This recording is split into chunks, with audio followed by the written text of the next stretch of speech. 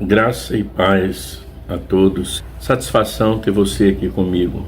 Nesta feita vamos ler o Salmo de número 15. O título desse salmo na minha Bíblia é O Verdadeiro Cidadão dos Céus.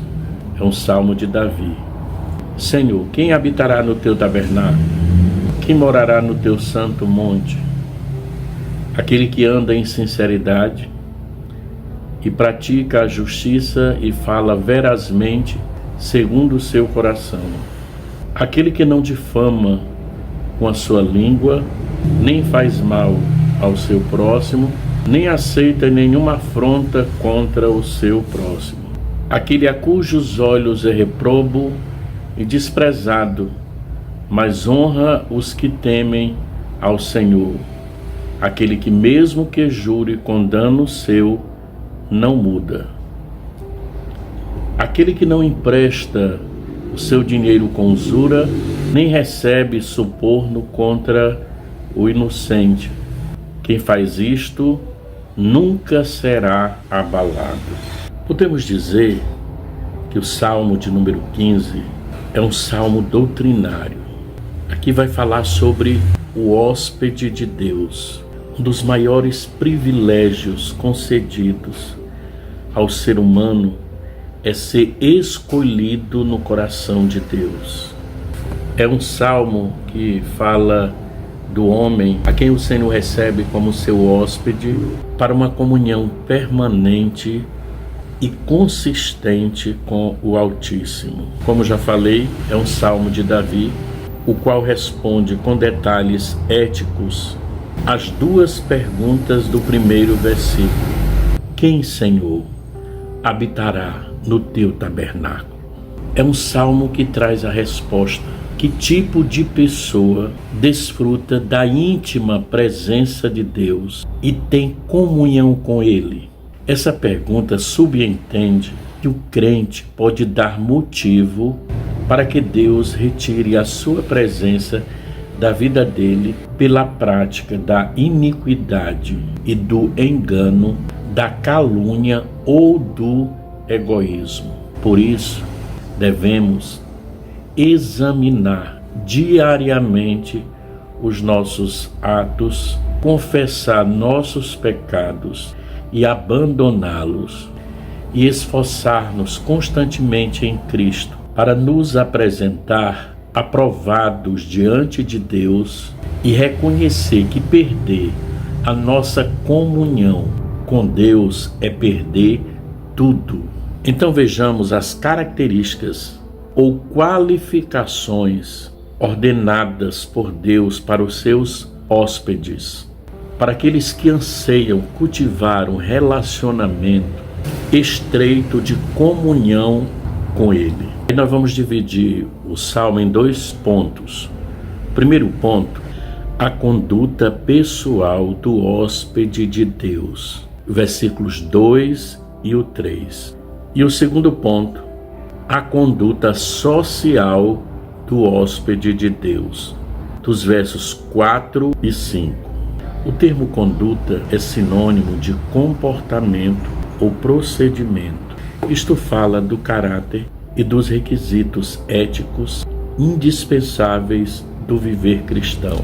O apóstolo Paulo, orientando o jovem pastor Timóteo, desafia-o a ter uma conduta modelar a toda prova quando escreve o seguinte, em 1 Timóteo 4, versículo de número 12: Ninguém despreze a tua mocidade, pelo contrário, torna-te padrão dos fiéis na palavra, no procedimento, no amor, na fé, na pureza. A doutrina dos apóstolos, conforme escrito nas epístolas, está repleto de orientação e admoestação que fazem a diferença entre aqueles que estão em comunhão com Deus e os outros que negligenciam esses valores morais da vivência e do testemunho. O ensino positivo quanto à conduta pessoal. O que vive com integridade, no verso de número 2. Notemos que o termo hóspede de Deus, relacionado ao homem que deseja habitar no tabernáculo e morar no santo monte do Senhor, morar e habitar, da ideia de residência fixa e permanente. Assim também, o que vive em integridade deve ter uma prática contínua desta virtude e não apenas um surfar esporádico nas ondas de movimentos perfeccionistas. Observemos os exemplos de Noé, Abraão e Paulo, respectivamente, em Gênesis 6:9, Gênesis 17:1 e Filipenses 3:4 a 14. Eu aconselho que você leia aí na sua Bíblia todos esses versículos. Eu vou ler somente o versículo de número 14 para me ganhar tempo aqui. Diz assim: prossigo para o alvo, pelo prêmio da soberana vocação de Deus em Cristo Jesus. Então, foram homens que se manteram íntegros em meio a qualquer situação da vida, as lutas e provas que eles passaram, mas se mantiveram íntegros na presença de Deus em meio a gerações corruptas, em meio a situações difíceis, mas eles se manteram com as suas integridades. O que pratica a justiça? A prática da justiça geralmente está direcionada a Deus, ao próximo, à família e à igreja. Muito se clama hoje por justiça social e pouco se fala na justiça para as outras áreas na vida. O relacionamento com Deus, para muitos, é palmilhado por infidelidade e desobediência. O relacionamento familiar é tumultuado por atitudes grosseiras e injustas. Por isso surgem tantas separações, revoltas e incompreensões. O relacionamento eclesiástico e denominacional, infelizmente, está contaminado de deslealdade, traição e descomedimentos. A verdade é que quando eu não dou e não faço aquilo que é traçado pelo direito que outros têm, estou sendo injusto. Ainda no mesmo versículo 2, o que fala a verdade de coração. Vivemos no meio de uma geração que ama a mentira e que galanteia com inverdades. Somos influenciados pelos costumes da época em que as fantasias, as ilusões e as fábulas provocadas pela crendice, ingenuidade religiosas desacreditam e vulgarizam a fé cristã. O pai da mentira, que é o diabo, tem arrastado crentes e cristãos incautos a fim de que vivam uma farsa constante de existência. Você já parou para pensar um pouquinho quem são os influenciadores da nossa geração? Quais são as pessoas que a mídia mais divulga como influenciadores para os nossos jovens? São pessoas que não têm testemunho de vida, são influenciadores totalmente contrários àquilo que é correto, àquilo que é certo. Então muitos estão vivendo uma mentira, um engano. Se nós quisermos viver no elevado estágio de comunhão, guarde isso no seu coração. Temos que ser fiéis à verdade e verbalizá-la no coração. O apóstolo Paulo, em Efésios 4:25, por isso, deixando a mentira, fale cada um a verdade com o seu próximo, porque somos membros uns dos outros. Até aqui falamos um pouco sobre o ensino positivo quanto à conduta pessoal. Vamos falar um pouco sobre o ensino negativo quanto à conduta pessoal. O que não difama com a língua. Em um outro estudo anterior eu falei sobre o Salmo de número 12. E aí no versículo de número 1 do Salmo de número 12, o salmista pede socorro a Deus pelo desaparecimento dos piedosos fiéis nos seus dias. Nessas palavras deles, eles apresentam o contraste enorme entre o falar difamador e a palavra de Deus. Porque no Salmo 12, o versículo 6 e o 7, vai dizer que as palavras do Senhor são palavras puras. Então, o hóspede de Deus não pode andar difamando ninguém. Ainda no versículo de número 3 vai dizer o que não faz mal ao próximo. Em Mateus 22, 39, vai dizer o seguinte: e o segundo semelhante a este é: amarás o teu próximo como a ti mesmo. O Filho de Deus deve amar a todos, inclusive seus inimigos. É um amor que tem 3 dimensões: amar a Deus, amar a si mesmo e amar o próximo. Não é fácil, mas com a presença de Deus, para que possamos habitar eternamente no monte de Deus, tabernáculo de Deus, precisamos amar os nossos inimigos. Amar quem nos ama é muito fácil, mas o amor, a Bíblia diz que encobre multidões de pecados. O amor suporta, o amor perdoa. Quem ama não maltrata, quem ama abraça, quem ama não quer o mal do seu próximo. Quantas pessoas fazem um mal tão grande a outras pessoas e nunca pensam na lei da semeadura? E a Bíblia diz que tudo que nós semearmos, nós vamos colher. É muito melhor nós semearmos coisas boas, porque nós vamos colher. Então, se nós temos a oportunidade de semear o amor, por que semear o ódio? Se nós temos a oportunidade de semear a paz, por que semear a guerra? Se nós podemos falar bem do nosso irmão, por que nós vamos falar mal do nosso irmão?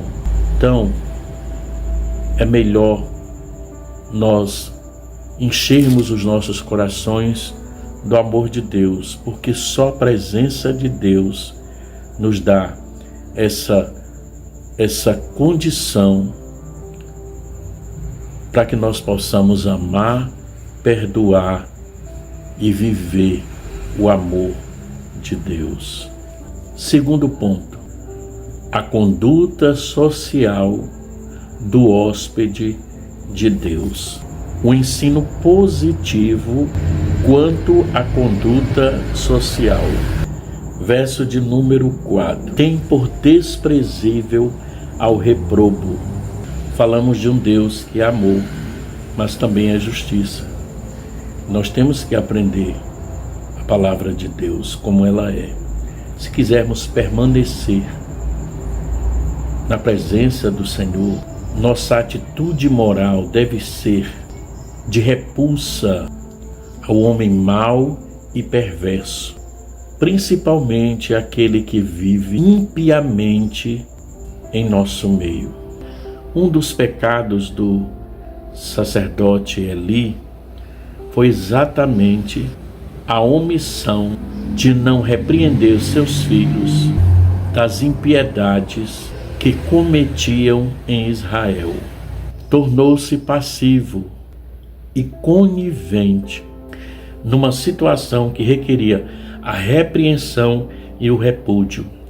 Lá em 1 Samuel capítulo 3, do versículo 11 a 14, você pode conferir isso que eu estou falando. Quantas vezes o respeito humano nos faz insensíveis e indiferentes para com o mal e seus agentes vestidos de cordeiros. mas repobros da fé cristã por práticas carnais e malignas. Honra aos que temem ao Senhor. Verso 4. É pelo temor a Deus que o crente se qualifica na adoração reverente. Honrar os que temem a Deus é prova inconteste de temor e sabedoria, o que demonstra qualidade espiritual. O ensino negativo quanto à conduta social, o que jura com dano próprio e não se retrata. A palavra do homem de Deus, da mulher de Deus, deve ser sim, sim, não, não.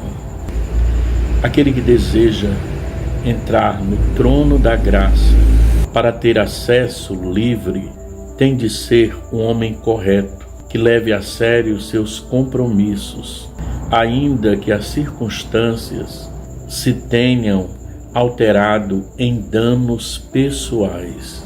Temos um grande exemplo bíblico de um homem chamado Jefté, em Juízes capítulo 11, mais precisamente no versículo de número 39. Ele deu uma palavra, assumiu um compromisso. Se o Senhor estivesse com ele, para ele vencer a guerra a favor de Israel, a primeira pessoa que se apresentasse a ele, ele apresentaria ao Senhor e ofereceria a Deus. E quem se apresentou diante de Jefté? A única filha que ele tinha. Ele cumpriu aquele voto e apresentou aquela menina ao Senhor. A palavra, ela tem que ser honrada, ainda que haja alterações ou que nos traga alguns danos, mas é a palavra, é o sim, sim e o não, não. O que não empresta o seu dinheiro com usura. Naquela época, era estabelecido na lei a cobrança de juros a um israelita pobre. Êxodo 22 e o verso 25. Se emprestares dinheiro ao meu povo, ao pobre que está contigo, não te haverás com ele como credor que impõe juros. No mundo capitalista há uma verdadeira exploração nos negócios de empréstimo e muitos são escravos de suas dívidas por causa dos juros exorbitantes. Você imagina quantas pessoas vivem à mercê de outras, como se fossem escravos, com dívidas absurdas, pessoas que perdem até a própria vida porque se envolvem em grandes dívidas, outros que pedem dinheiro emprestado e não pagam. Então pense um pouco sobre isso, é muito melhor você evitar. No verso de número 5, que não aceita suborno contra o inocente. Em 1 Reis, capítulo de número 21, do versículo 5 ao 13, você pode conferir um dos casos típicos de suborno contra um homem inocente, quando Jezabel subornou 2 homens malignos para testemunharem falsamente contra Nabote, o jezreelita, para que o mesmo fosse apedrejado e Acabe tomasse a sua herança. Simplesmente porque Nabote tinha uma propriedade, uma terra que Acabe desejava aquilo que Nabote tinha. E aquela mulher subornou aqueles homens para tomar a herança de Nabote. Você imagina que nível chega o homem, principalmente aquelas pessoas que têm o poder nas mãos, o poder do dinheiro, pessoas que têm o poder da locução, que falam muito bem.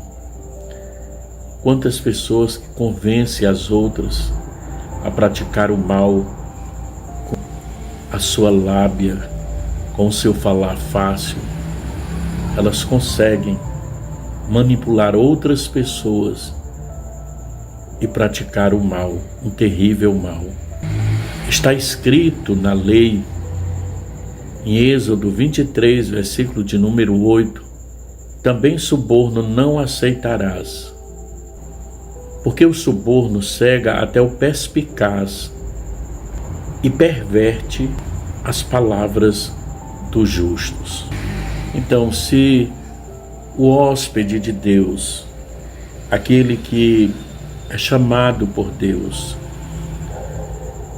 para morar no seu tabernáculo, no seu santo monte, se proceder bem, cumprir todos os requisitos exigidos por ele, como está escrito aqui nesse salmo, o versículo 5 vai dizer o seguinte: quem deste modo procede não será jamais abalado.